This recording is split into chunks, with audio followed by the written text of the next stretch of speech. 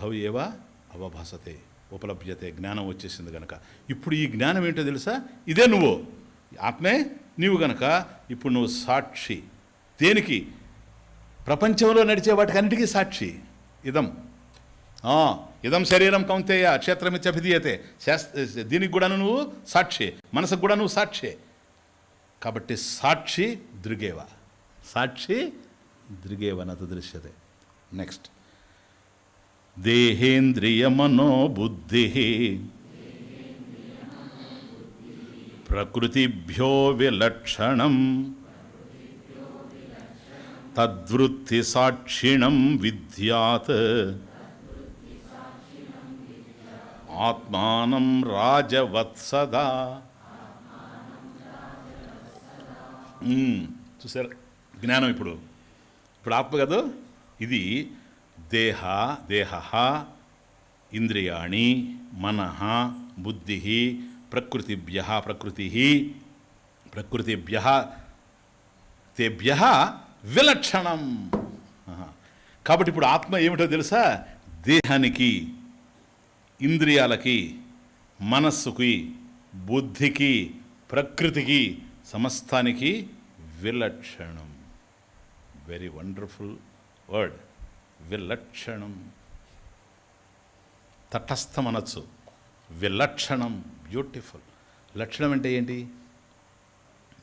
అది కదా. ఏదైతే లక్షణం అంటున్నామో అది గనక అందులో లేకపోతే ఆ వస్తువు ఉండదు.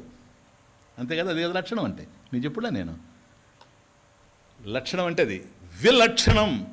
వాటి లక్షణాలు విగత లక్షణం. విలక్షణం అంటే విగత లక్షణం. ఇప్పుడు విరాగ అన్నాం అనుకోండి, రాగ ఇష్టం, విరాగ విగత రాగ విరాగ. లక్షణం దాంట్లో ఉండేటువంటి లక్షణం ఏదో, విలక్షణం విగత లక్షణం, ఆ లక్షణం లేనిది. కాబట్టి దేహానికి ఒక లక్షణం ఉంది, అది దేహ లక్షణాలు దేహానికి ఉన్నాయి, దేహ ధర్మాలు. మనసు లక్షణాలు మనసుకు ఉన్నాయి, ప్రాణానికి ఉన్నాయి, బుద్ధికి ఉన్నాయి, ఇవన్నీ ఉన్నాయి కదా, ప్రకృతికి ఉన్నాయి. అవన్నీ లక్షణాలు. ఈ లక్షణాన్ని బట్టి ఇది దేహం, ఈ లక్షణాన్ని బట్టి ఇది మనసు, ఈ లక్షణాన్ని బట్టి ఇది బుద్ధి అని అంటున్నావు కదా. ఆ లక్షణాలు ఏవి కూడా ఆత్మలో లేవు గనక వాటన్నిటికీ తేభ్యః విలక్షణం,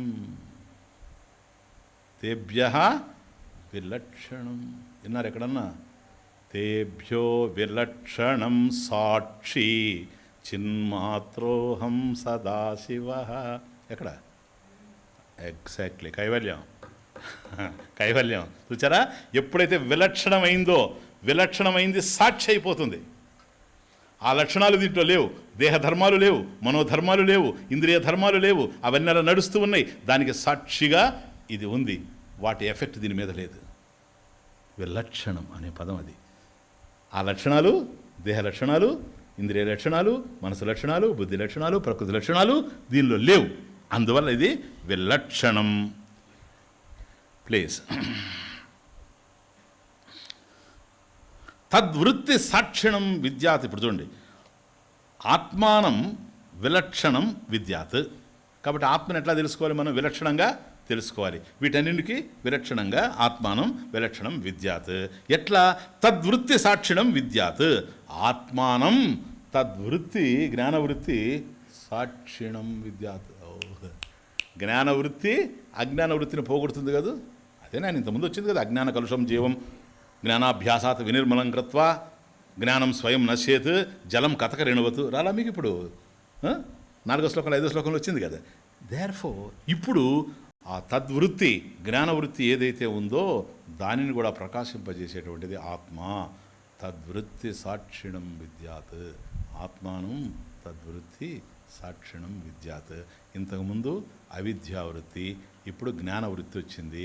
అజ్ఞానవృత్తి పోయింది, జ్ఞానవృత్తి ఉంది. ఎక్కడుంది? బుద్ధిలో ఉంది. బుద్ధిలో ప్రకాశించేటువంటి జ్ఞానవృత్తిని ఆత్మానం తద్వృత్తి సాక్షిణం, ఆ వృత్తిని చూస్తూ ఉంది, ప్రకాశింపజేస్తూ ఉంది. వృత్తి ఉంటే ప్రకాశింపజేస్తూ ఉంది, వృత్తి లేకపోతే తనకు తానుగా ప్రకాశిస్తూ ఉంది. వేదాంత పంచదశ నాటకదీప ప్రకరణం చెప్పాను, చూసారా మీకు? నాటకదీపం లాగా నటులు వచ్చారు, ప్రకాశింపజేస్తుంది, నటులు వెళ్ళిపోయారు, ఎవ్వరు లేరు, కేవలం ప్లాట్ఫామే ఉంది, లైట్ వెలుగుతుంది, నాటక దీపం.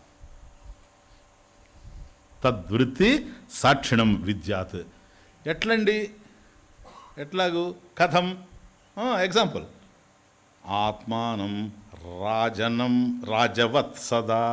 రాజవత్ సదా, సదా రాజవత్, ఆల్వేస్ యాజ్ ఎ కింగ్. రాజవత్, యాజ్ దో కింగ్ కదా, యాజ్ దో. ఇవా ఇప్పుడు ఏంటి స్వామీజీ రాజవత్ సదా? తమాషా చూడండి.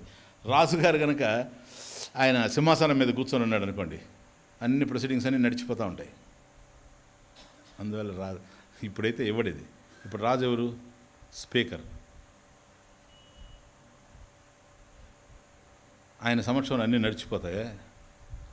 ఆయన ఉంటేనే అన్నీ నడవు. ఎందుకని ఆయన లేడు అనుకోండి, పేచీలు పడడానికి ఏమీ లేదు. ఆయన వచ్చి కూర్చున్నాడు అనుకోండి, అందరు కొట్టుకొని చేస్తారు. అది అసెంబ్లీ అయినా పార్లమెంట్ అయినా. కానీ ఆ రోజుల్లో అది కాదు. రాజు కూర్చున్నాడంటే రాజవత్.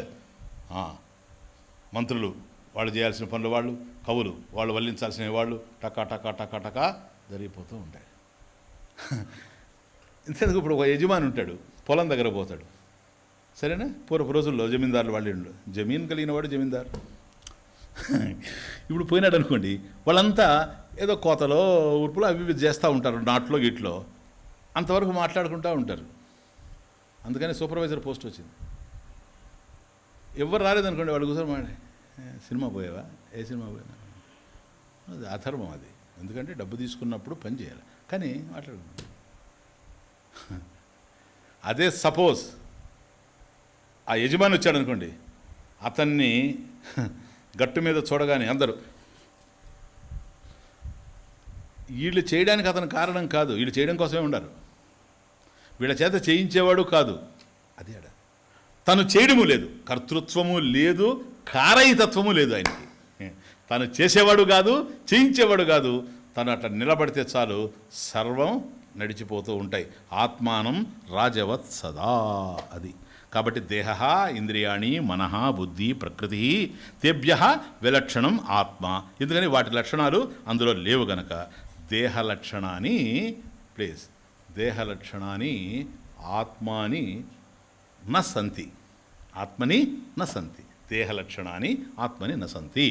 దేహ లక్షణాలు ఏవైతే ఉన్నాయో అవి ఆత్మలో లేవు. అందువల్ల విలక్షణం. దేహానికి ఎందుకు విలక్షణం అంటే ఇది దేహం అనడానికి లేదు. చూడండి, విచారం జరిగితే వివేకం కనుక ఉంటే ఇతరులు చెప్పాల్సిన అవసరం లేదు. మనకు యుక్తి చేత కూడా తెలుసుకోవచ్చు. ఎందుకని? నేను దేహం కాదని అందరూ చెప్పేయచ్చు. ఎందుకని? దేహ లక్షణాలు నాలో లేవు.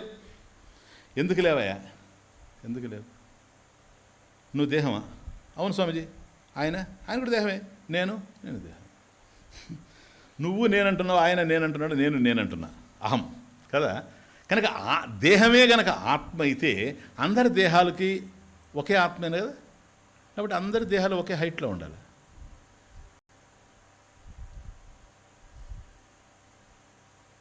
దేహానికి ఎత్తు ఉంది, ఆత్మ ఎత్తు ఎంత? హైట్ ఆఫ్ ది ఆత్మ చెప్పండి. దేహానికి బరువు ఉంది. అందువల్ల డాక్టర్ దగ్గర పోతే ముందు ఎక్కువ చూడు, షుగర్ సార్ నువ్వు ఎక్కువ, బీపీ సార్ నువ్వు ఎక్కువ, ఎంత ఉండవు. ఎందుకని? ఆయన ఎక్కదు. మళ్ళీ ఇంకొక ఆయన వస్తే ఆయన ఎక్కమంటాడు. ఒక దేహం ఎక్కింది కదా, అందరికి అదే ప్రిస్క్రిప్షన్ అనుకోకూడదా? లే, ఆయన దేహం యొక్క సైజు వేరే, ఆయన వెయిట్ వేరే, ఆయన హైట్ వేరే, ఆయన కలర్ వేరే, ఈయన కలర్ వేరే. ఆ దేహం కలర్ వేరే, ఈ దేహం కలర్ వేరే.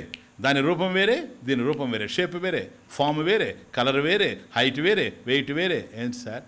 ఈ హైట్ ఆత్మక లేదు, వెయిట్ ఆత్మక లేదు, రూపం ఆత్మక లేదు, కలర్ ఆత్మక లేదు. ఆ రూపం, అరూపం. చెప్పండి. కాబట్టి ఈ లక్షణాలు ఏవైతే దేహంలో ఉన్నాయో ఈ దేహ లక్షణాలు ఏవి కూడాను ఆత్మలో లేవు. ఇది వికారం చెందుతుంది, మోడిఫికేషన్స్ ఉన్నాయి.